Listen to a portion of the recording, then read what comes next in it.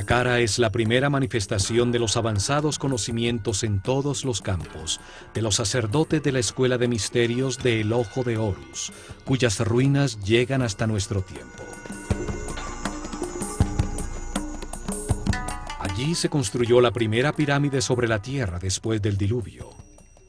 Se usaron por primera vez bloques modulares de piedra para construir un edificio.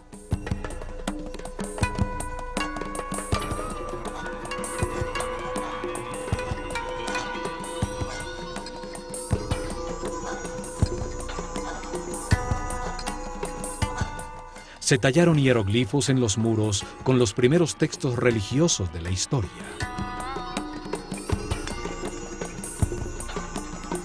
Allí se construyó un enorme complejo subterráneo, 12 pisos bajo tierra, con cámaras y galerías decoradas con los primeros baldosines de cerámica horneados por el hombre. En estas cámaras, bajo tierra, se encontraron más de 40.000 urnas, cuencos y vasos de alabastro. ¿Para qué servían? ¿Qué lograrían al realizar con tanto esfuerzo túneles, cámaras y salones 30 metros bajo tierra? ¿Cómo iluminaron estos espacios para poder realizar el difícil diseño cerámico de sus muros?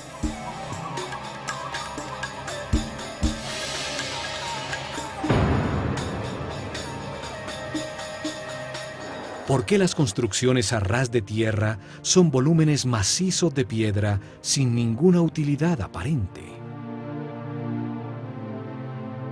¿Qué ganaba una sociedad de unos 4 millones de personas al cortar y mover más de 1 millón de toneladas de piedra para producir un complejo escenográfico que asombra por su refinada arquitectura?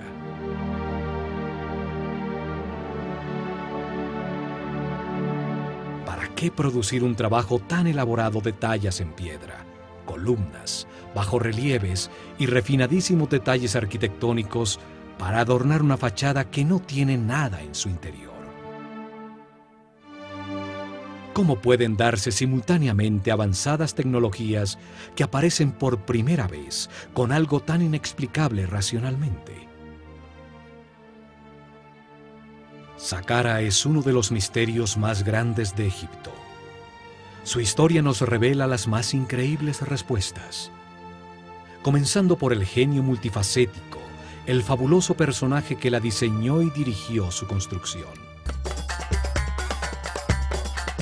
El arquitecto Imhotep, cuyo nombre significa el sabio que viene en paz. Sumo sacerdote de la Escuela de Misterios de El Ojo de Horus, tiene uno de los lugares destacados en la historia del hombre. Primer ministro, gran visir y canciller del faraón Djoser, que reina en la tercera dinastía, alrededor del año 2800 a.C.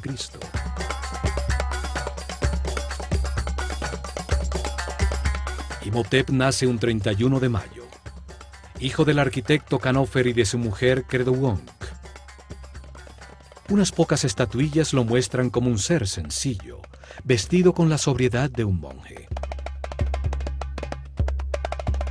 Padre de la arquitectura, pasa de la madera y el barro cocido a los bloques modulares de piedra.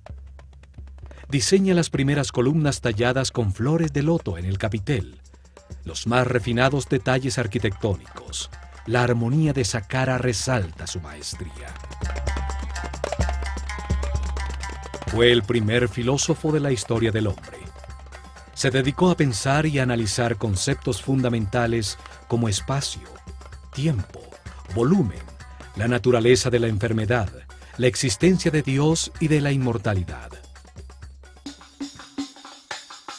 Expresa la base conceptual de la civilización egipcia, como el movimiento de la conciencia hacia Ma'at, hacia lo justo, lo recto, lo armónico y lo equilibrado. Platón nos dice que la historia que le contaron a Solón los sacerdotes egipcios sobre la Atlántida se remonta a Imhotep.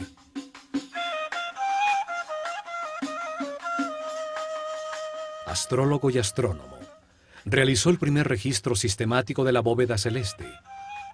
Deja los primeros mapas de las constelaciones.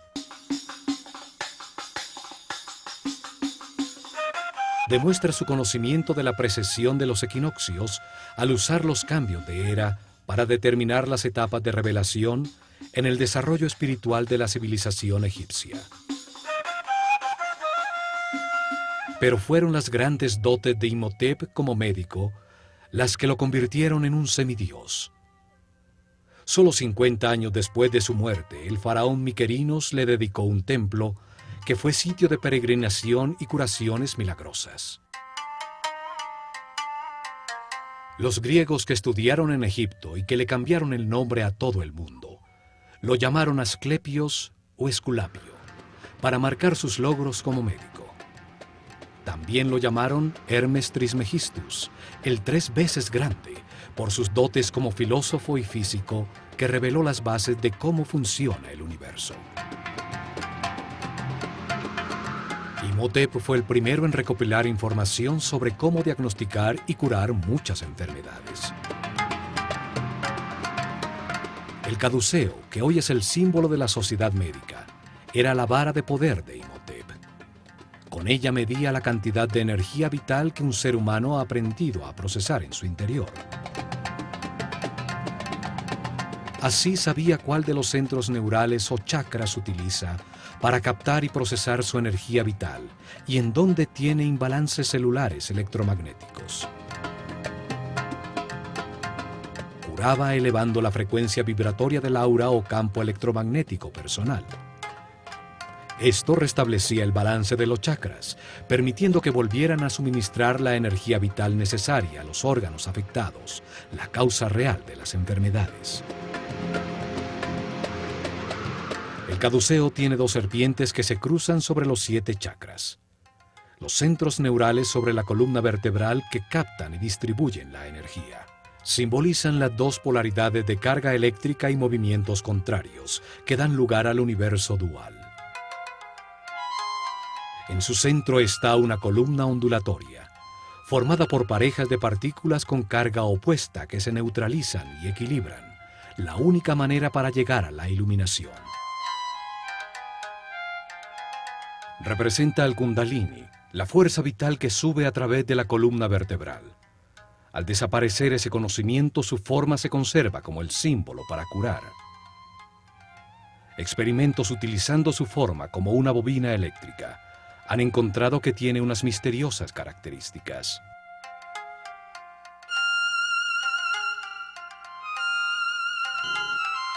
Al aplicarle corriente no se detecta ningún campo de fuerza, a pesar de comprobarse sus efectos, pues resuena en todas las frecuencias y longitudes de onda. Se pudo utilizar como emisor y receptor de señales radioeléctricas al alinear sus ejes de hierro, como si emitiera señales de láser. El papiro médico Ebers muestra la manera como Imhotep mezclaba la magia con la medicina. Sus fórmulas y remedios para sanar están llenos de rezos y encantamientos, pues consideraba que la medicina no curaría si no se le había dado poder con la energía de la palabra. Sus escritos y enseñanzas pasaron secretamente de generación en generación durante milenios. Son la base de los conocimientos gnósticos, templarios, illuminatis, rosacruces y masones. Los griegos los llamaron los principios herméticos. Imhotep los dejó para la posteridad en varios papiros y tabletas. Uno de ellos, el Kybalión, habla de los 7 principios fundamentales del universo. Allí afirma que el universo existe en la mente de Dios, que cada hombre es uno de sus pensamientos, con la capacidad de pensar a su vez, que la realidad es un gran sistema, donde todo tiene conciencia y está interconectado. Imhotep fue un maestro del conocimiento. Enseñó la escritura hieroglífica y a tallarla en losas de piedra, produciendo los primeros textos religiosos de la historia. Por esto es asociado con Tot, el néter o principio divino, simbolizado por una figura humana con cabeza de ibis, que representa al verbo divino, al creador de la palabra.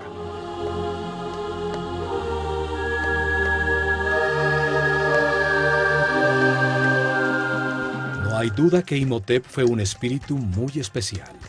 El paso del tiempo lo convierte en un mito, asociado a la divinidad con distintos nombres.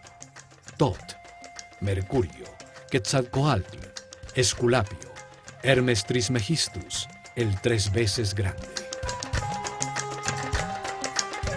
El término hermético se convierte en sinónimo de sabiduría secreta, la que una vez estuvo en las mentes de los sacerdotes del Ojo de Horus, uno de cuyos primeros sumos sacerdotes fue Imhotep, el sabio que viene en paz.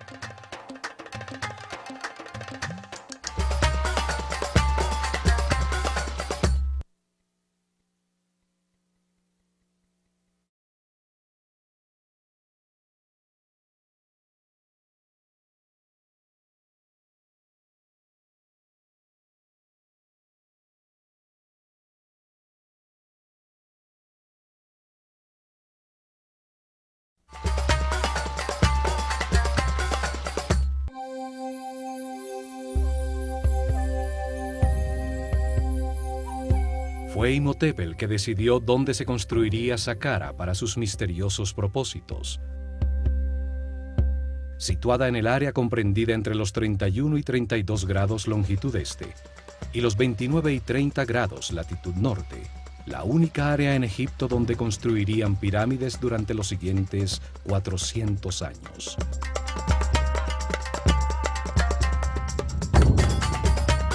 En una zona desértica a 14 kilómetros al sur del Cairo, al lado de Memphis, la desaparecida capital de Egipto. En Meidum, Awara y el Laún están las más al sur, y en Abu Rawash la pirámide más al norte. Sobre una plataforma de piedra que va hasta Giza, 50 metros por encima del nivel del río, hecho que garantizaba que el nivel freático de la zona no inundaría los trabajos subterráneos que tenía planeados. En una zona donde existen otras 8 pirámides menores, construidas en las dinastías 4, 5 y 6. Exactamente sobre uno de los nodos principales de la malla electromagnética del planeta, donde mejor se puede utilizar la fuerza de su energía telúrica para hacer vibrar una gran masa de piedra. En esta área ocurren los efectos electromagnéticos naturales más poderosos del planeta. Allí está localizado uno de sus chakras. Por allí pasa la corriente telúrica, la carga tierra negativa que lleva su energía vital. Un sitio mayor de confluencia de las llamadas Lee Lines, perfecto para que un gran volumen de piedra, con alto contenido de cristales de cuarzo, al vibrar produzca energía estática negativa por la fricción de sus moléculas. La atmósfera en este sector está cargada con 500 voltios por metro cuadrado de corriente positiva, 5 veces lo normal. Es un punto de poder en el planeta que aumenta los efectos energéticos de la pirámide que Imhotep construyó. Esta ubicación de Saqqara era fundamental para poder utilizar la pirámide como un condensador eléctrico que captaba como una antena la energía positiva de la atmósfera en los cristales de cuarzo de las losas de granito que una vez forraron la superficie de sus caras.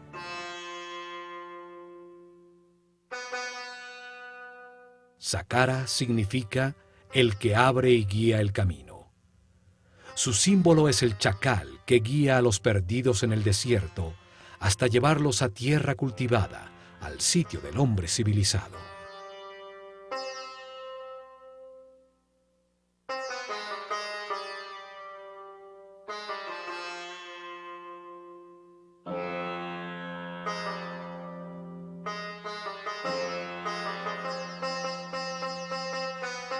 A lo lejos, lo primero que debía verse era la blanca pirámide, recortada sobre el larguísimo muro, el primero realizado por el hombre en bloques de granito cortado, con sofisticados bajorrelieves y dinteles.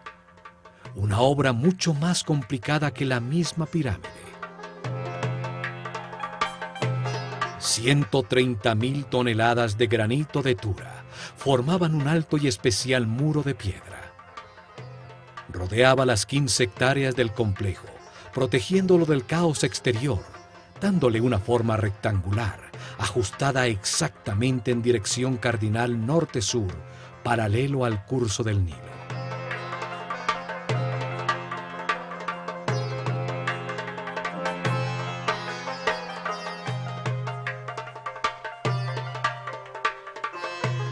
El muro tenía 10 metros de alto, aproximadamente 4 pisos de un edificio actual. 550 metros, 5 cuadras y media en línea recta de norte a sur, y la mitad exacta de esta distancia, 275 metros de ancho de este a oeste. El muro es el primer componente de la máquina cuántica diseñada por Imhotep en Saqqara. Todo el complejo era como un gran circuito electrónico, solo que en piedra y a una escala enorme. El muro actuaba como un cordón electromagnético que aislaba todo el complejo, cerrando y protegiendo el circuito. Para realizar su cometido no necesita de cables eléctricos, solo que las moléculas del material que le da forma tengan un alto contenido de cristales de cuarzo. El granito de Tura, un sitio muy cercano a Saqqara, tiene un gran contenido de cuarzo. El cuarzo organiza sus moléculas en tetraedros, una de las 5 formas básicas que organizan la materia, llamados sólidos platónicos. Al vibrar con el planeta, las caras de los tetraedros se friccionan entre sí, produciendo una carga eléctrica. Los 85.000 metros cúbicos del muro de granito contenían una enorme cantidad de cristales de cuarzo que generaban un poderoso campo de fuerza, una onda radioeléctrica constante.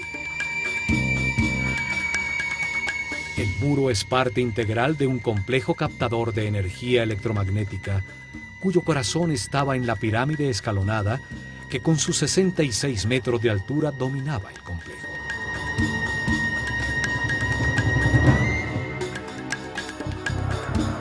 La forma del muro es sorprendente. Entraba y salía para producir bastiones y pórticos a intervalos regulares. Bajorrelieves verticales enmarcaban los pórticos que embellecían y regularizaban el conjunto, produciendo una sensación de armonía con un estilo arquitectónico casi ultramoderno.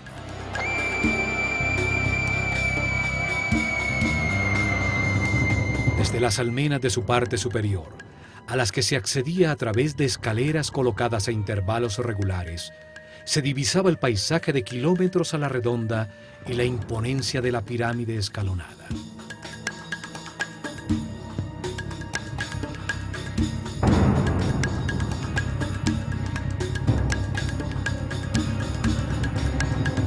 No solo es la primera construcción monumental en piedra tallada del hombre, sino que además tiene una serie de detalles arquitectónicos que indican una maestría y un conocimiento que nunca fueron superados en todo el desarrollo posterior de su civilización.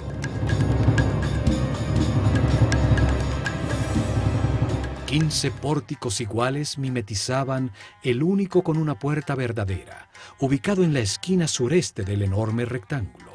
Enmarca un estrecho corredor de acceso que solo permite entrar uno por uno a los visitantes de Saqqara.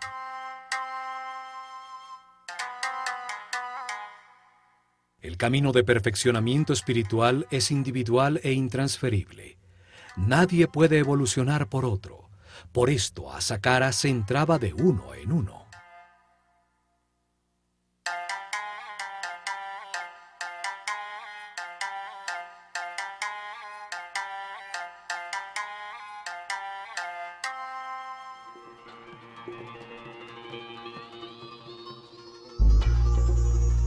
Un muro tan alto, con 14 pórticos falsos y uno solo verdadero, una entrada tan estrecha, pareciera haber sido diseñado con propósitos de defensa. Sin embargo, Saqqara nunca tuvo una puerta en su única entrada. La tecnología aplicada restringía el acceso a los seres con mentes primarias, con un aura o campo eléctrico personal cargado negativamente. Desde el largo corredor bajo el muro y a lo largo de toda la galería de las 48 columnas, existía un poderoso campo de fuerza que amplificaba los sentimientos del visitante. Si había odio, miedo o inseguridad en sus corazones, su propia angustia amplificada les impedía el acceso.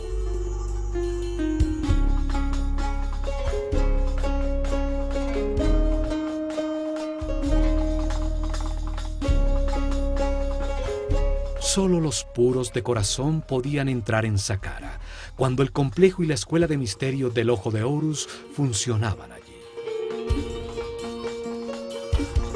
La imponente galería tiene 48 columnas.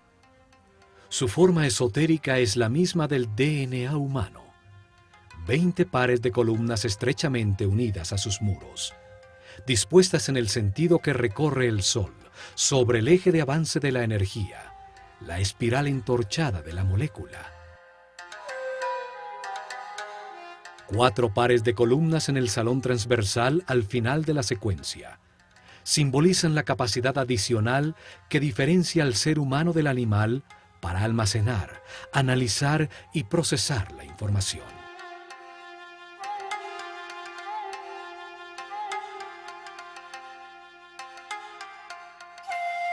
Las columnas totalmente moduladas y con 7 metros de altura estaban dispuestas con una serie de principios arquitectónicos que se repitieron miles de años después en Grecia, en el Partenón.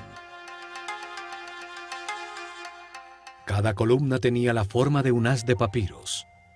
El cilindro tenía una ligera convexidad y se estrechaba en su parte superior, acentuando su verticalidad para engañar la vista, que sin este truco las vería curvas desde lejos. El restaurador de Saqqara, Jean-Philippe Loé, también encontró que en la profundidad de la galería, las columnas más lejanas estaban ligeramente más distanciadas entre sí, aumentando la perspectiva y produciendo la sensación que la galería era más grande.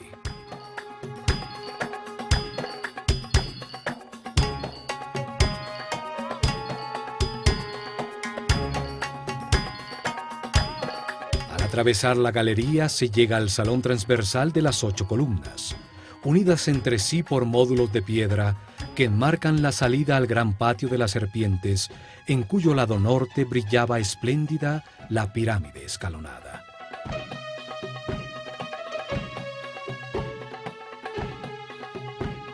El patio estaba originalmente delimitado por altos muros, con intrincados bajorrelieves. Formaban nichos con la forma que simboliza a una puerta y que posteriormente aparecería en uno de los muros de todas las tumbas egipcias.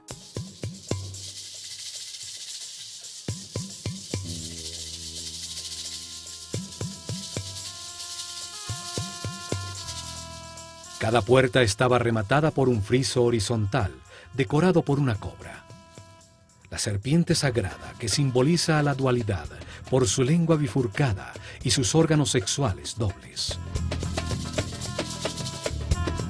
La serpiente simboliza también la determinación para alterar la existencia, de comenzar un viaje evolutivo decidido por sí mismo, de tomar sus propias decisiones. Es la fuente y origen del movimiento.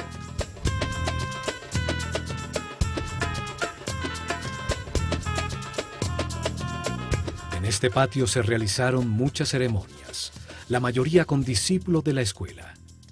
Pero una vez al año, el faraón llegaba a este escenario para ser coronado nuevamente por el sumo sacerdote del Ojo de Horus, con la corona blanca y roja que simbolizaba su poder sobre todo Egipto. También al cumplir 30 años de su reinado, se realizaba una ceremonia de renovación llamada el Heb-Sed. En ella, el faraón corría ataviado solamente con las insignias de su poder alrededor del patio de las serpientes para rejuvenecerse conceptualmente y demostrar su fortaleza para gobernar el plano físico. El muro sur del patio formaba la fachada de la llamada tumba sur, una capilla falsa, hecha de piedra maciza con techo abovedado, cuya verdadera función era disimular uno de los dos accesos al complejo subterráneo. La capilla tiene un pequeño espacio en su interior, a donde llegaba un pozo vertical que permitía acceder al sistema subterráneo, lejos del acceso que llega a la pirámide. Esta profunda excavación descubre la escalera original de acceso al complejo subterráneo. Los dos pozos verticales de acceso, el de la pirámide y el de la capilla sur, fueron encontrados sellados con tapones circulares de granito que pesaban más de 10 toneladas. La capilla en la superficie era solo una fachada falsa para este acceso. La verdadera vida de Saqqara estaba bajo tierra. Desde este acceso en la tumba sur, se llega a cámaras y galerías subterráneas, y sale un túnel que termina exactamente bajo la galería y póstile de acceso.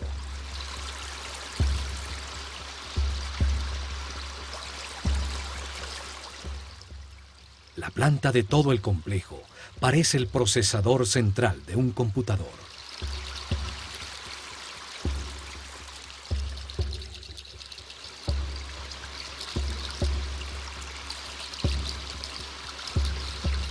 Saqqara fue el primer experimento con la forma piramidal para aplicar y perfeccionar una tecnología cuántica, cuyo objetivo era acelerar el perfeccionamiento espiritual de los discípulos de la Escuela de Misterios del Ojo de Horus.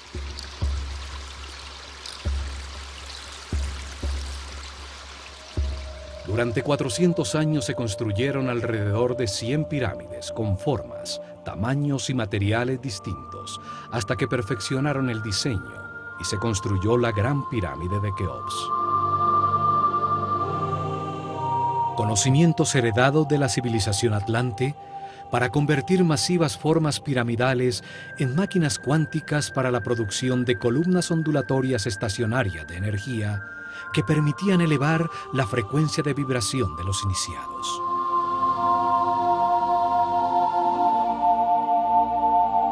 Esto aumentaba la energía vital, amplificaba el poder mental y despertaba nuevos sentidos como la telepatía y la sensibilidad para percibir el aura de las otras personas. Permitía a la conciencia situarse sobre el tiempo y ver la cadena de reencarnaciones vividas.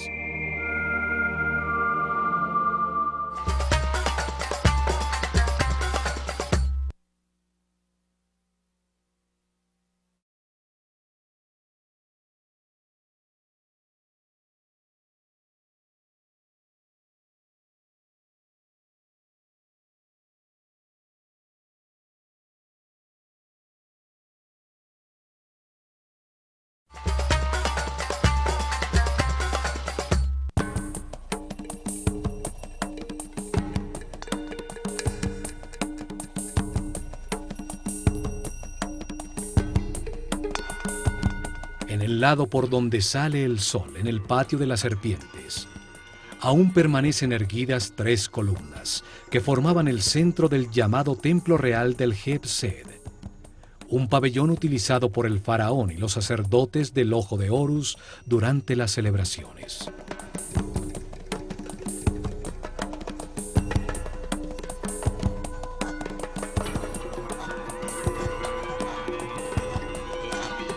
Desde este pabellón, siguiendo un muro curvo, se llega al patio rectangular del Heb-Sed, paralelo al patio central del complejo. Sus lados estaban delimitados por 2 series paralelas de capillas falsas. Son realmente una fachada elaborada sobre un bloque de piedra maciza. Cada serie tenía 13 extrañas y misteriosas capillas de piedra maciza. Sus muros no producen ningún espacio útil en su interior. Son solo una fachada escenográfica, elaboradísima, con refinados detalles arquitectónicos. Su forma disfrazaba el verdadero propósito de todo el complejo y el intrincado diseño de cámaras, túneles y galerías subterráneas diseñadas como un enorme circuito electrónico para producir un vórtice electromagnético. Frente a cada capilla falsa, a través de un estrecho y tortuoso pasaje, se llegaba a un pequeño santuario exterior, donde estarían las representaciones simbólicas de las fuerzas tutelares de Egipto, la Eneada divina.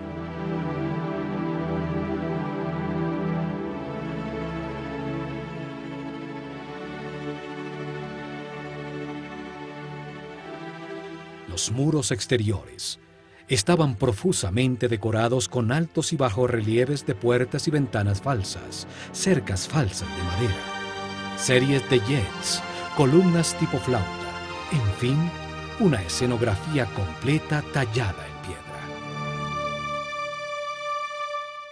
Al norte del patio de las capillas falsas, exactamente al este de la pirámide escalonada, están las llamadas Casa Sur y Norte, dos construcciones mucho más grandes pero igual de falsas.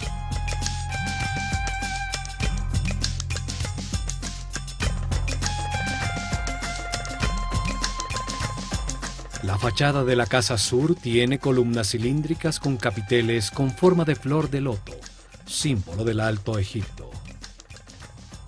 Un estrecho corredor tiene en una de sus paredes el grafiti más antiguo del mundo, hierático, con comentarios que hacen referencia al faraón Djoser de visitantes durante la dinastía XVIII. La fachada de la Casa Norte tiene columnas con papiros, el símbolo del Bajo Egipto, el delta al norte del país. Aquí, durante la ceremonia del Heb-Sed, el rey recibía la corona roja que simboliza su autoridad sobre ese territorio.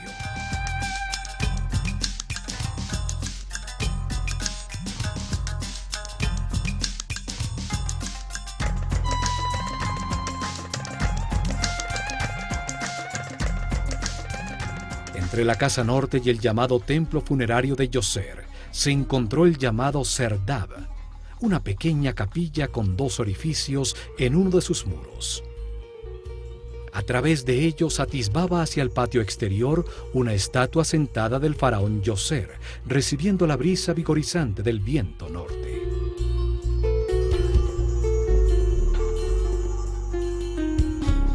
La figura con el imponente Nemes en la cabeza, cuyos ojos incrustados de cristal se perdieron, es la primera imagen tridimensional de tamaño natural de un monarca egipcio que ha llegado hasta nuestros días.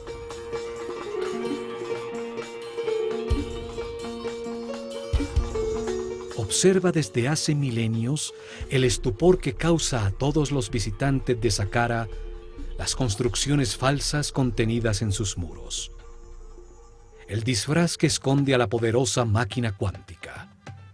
Escucha desde allí las teorías que afirman que Saqqara fue su tumba nunca utilizada.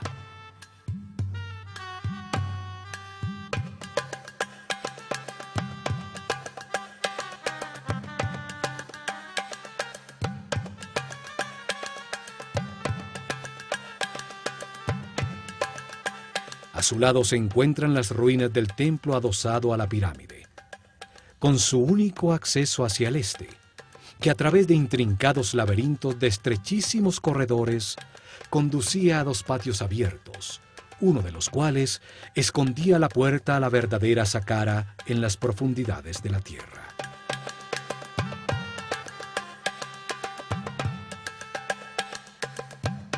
Este patio disfraza el acceso principal a los subterráneos.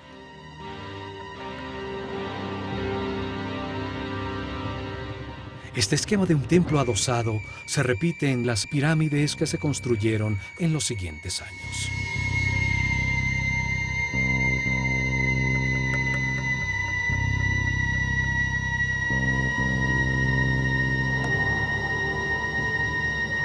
Saqqara fue abandonado con la llegada de la era de Ram, alrededor del año 2320 a.C., cuando se construyó la pirámide de Keops. El conocimiento sobre los accesos a las cámaras y galerías subterráneas se perdió en el tiempo. La piedra de sus muros fue utilizada como material de construcción.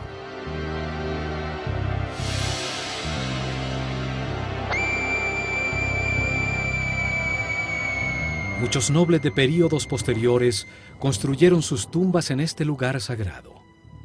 Hoy se cree que fue un cementerio y que el complejo original es la tumba del faraón Djoser.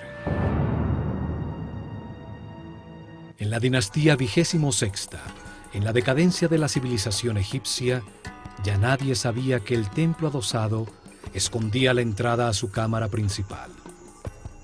Por orden del faraón cavaron un largo túnel desde la cara sur bajo la pirámide, creyendo que allí estaba la entrada.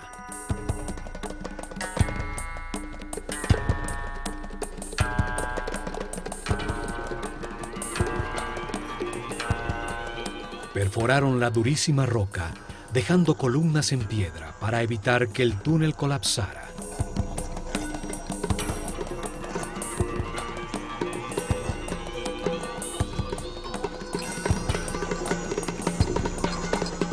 Hasta que llegaron a la cámara central, un espacio vacío de 12 pisos de profundidad.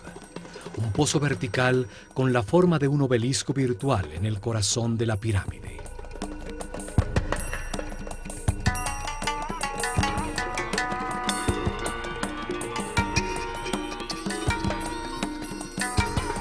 Desde allí descubrieron que el acceso original estaba realmente en la cara norte de la pirámide y pudieron entrar a todo el complejo de galerías subterráneas.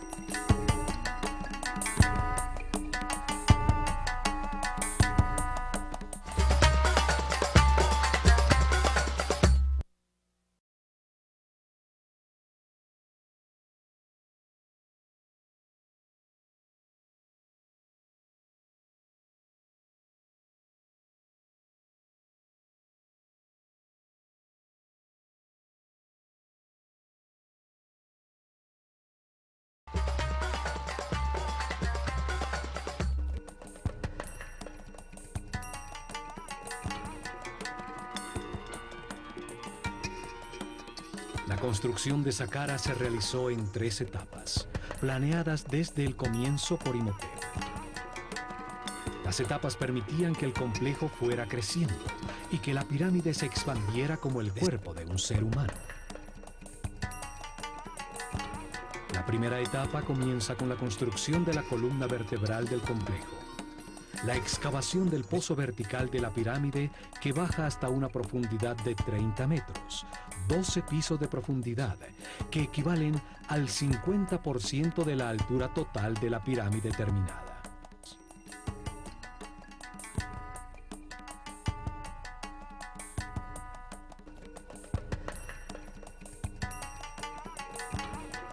A esa profundidad cavan cientos de metros de túneles y una serie de cámaras y galerías que son parte fundamental del sistema.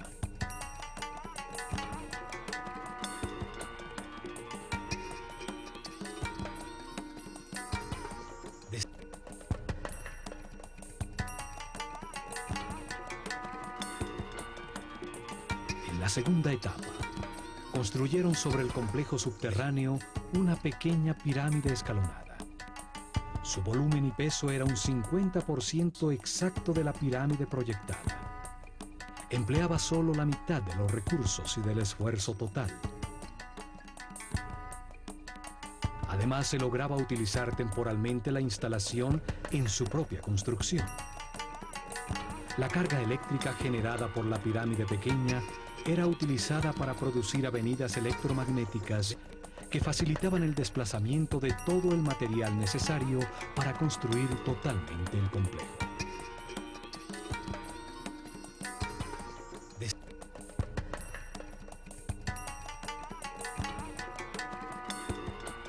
Partiendo del frente de la pirámide, se colocaban a distancias regulares una serie de pilares llamados yed, que transferían del uno al otro la carga de iones negativos generados por su masa en vibración.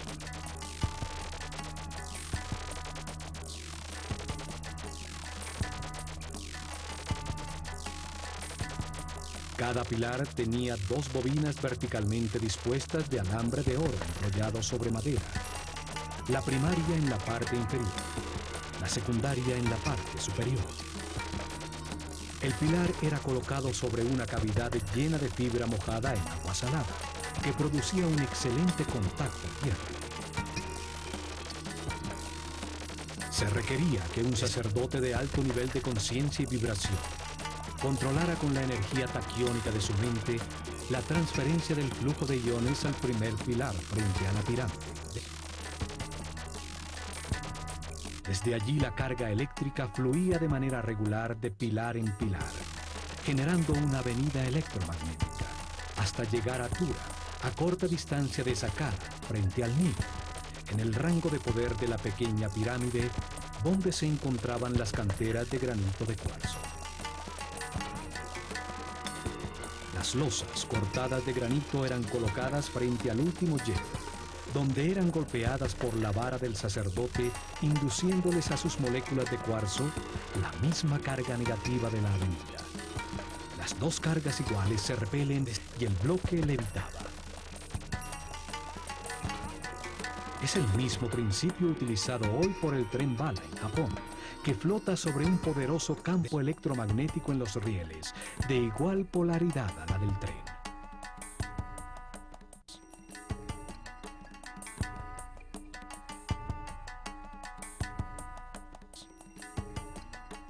Así, con la primera línea de transporte electromagnético, pudieron mover fácilmente toda la piedra que necesitaban en la tercera etapa.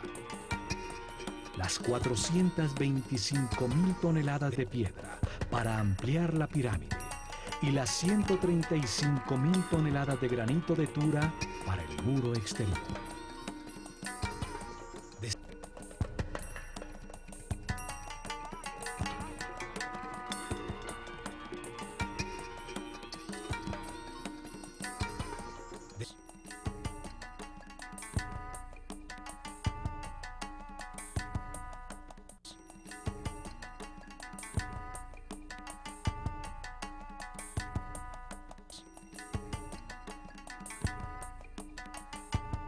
Las etapas permitían utilizar parcialmente la potencia generada y aumentarla en un 50% cuando la pirámide grande estuviera construida. La potencia total garantizaría una avenida electromagnética que llegaría hasta Maidu, el llamado punto medio entre Saqqara y las canteras de granito rojo en el Alto Egipto.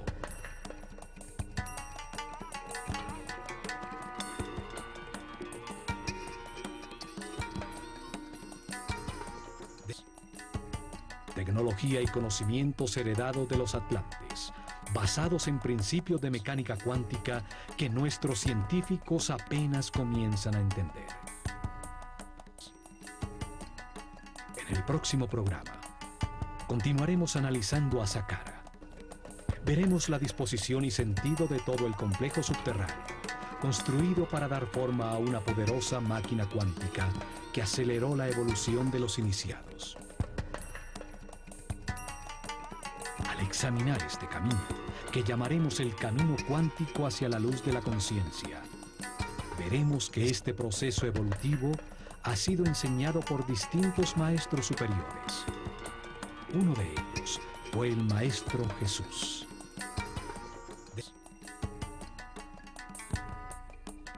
Él dijo que si seguíamos el camino de la luz y de la vibración en amor, realizaríamos cosas aún más grandes. Se refería a la utilización de las partículas subatómicas de la luz, la energía taquiónica, la fuerza creativa que dio forma a este universo.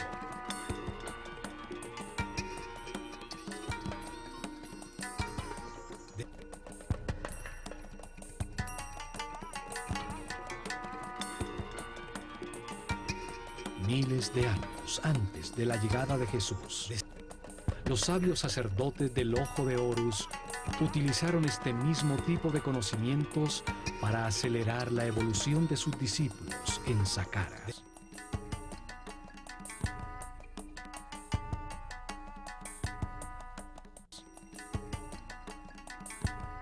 Construyeron masivas formas piramidales, Máquinas cuánticas para la producción de columnas ondulatorias de energía que utilizaron para elevar la frecuencia de vibración de los iniciados. Dieron forma a un centro de comunicación con las dimensiones superiores que permitió a los discípulos más avanzados verificar el camino de la luz, recibir información de seres más evolucionados, de maestros superiores.